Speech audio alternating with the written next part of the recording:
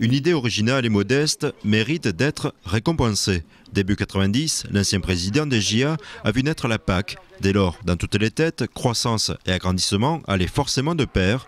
Gérard Renaud et 10 autres jeunes agriculteurs sont convaincus que d'autres voies existent pour gagner de la valeur ajoutée. Et on pouvait aussi développer par la croissance, par la valeur ajoutée, c'est-à-dire développer une activité qui ne nécessite pas spécialement de foncier ou d'hectares ou de surface de mètres carrés en bâtiment pour accueillir des vaches ou autres, ou des moutons, mais c'était aussi de faire de la valeur ajoutée sur, par exemple, des produits du terroir, de la vente, sur du consulting, pourquoi pas. On a rassemblé le monde agricole et ça, je peux vous dire qu'on était très fiers et heureux d'être les agitateurs un peu du monde agricole, mais dans le sens positif du terme. Je pense pas qu'à l'époque, on nous prenait quand même pour des petits rigolos qui voulaient faire un petit truc pour se faire mousser. Quand vous sortez de la remise du trophée, vous avez envie d'entreprendre.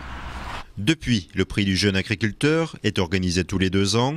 Le jury se compose de membres de la Chambre d'agriculture, de syndicats, mais aussi de banques et d'associations.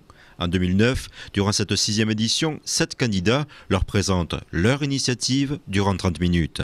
On est autant sur de l'agricolo-agricole avec du travail en commun que sur diversification, le cheval depuis 4 ans qui se développe de plus en plus, mais également sur des cultures ou des marchés de niche comme les fruits rouges, de la commercialisation du champagne.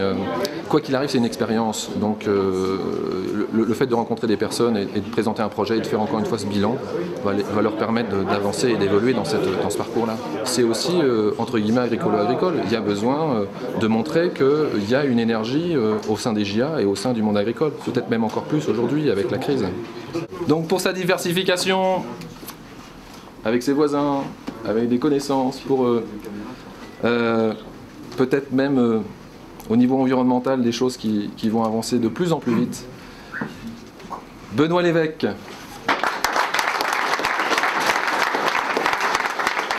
Le jeune agriculteur récompensé porte un projet de fabrication et de vente de plaquettes de bois. Avec 2 autres agriculteurs, il croit au potentiel de ce marché en devenir. Les biocombustibles, on en parle, mais sur le département, c'est vrai qu'il y a très peu de schémas qui sont déjà ouverts et de chaufferies qui tournent à l'heure d'aujourd'hui. Il n'y aurait pas eu le prix du JA, j'aurais fait quand même la diversification, ça, il n'y a pas de problème. Mais ça va améliorer, je pense, le côté médiatique de la chose et montrer à tout le monde que c'est possible, que c'est pas que des grandes idées. Chaque porteur de projet a eu droit à une présentation dans la revue agricole. Pour Gérard Renaud, cette parution peut faire naître des vocations. N'ayez pas 50 idées, ayez la bonne et allez-y jusqu'au bout. Poussez-la jusqu'au bout. Et je crois que c'est une des recettes de la réussite.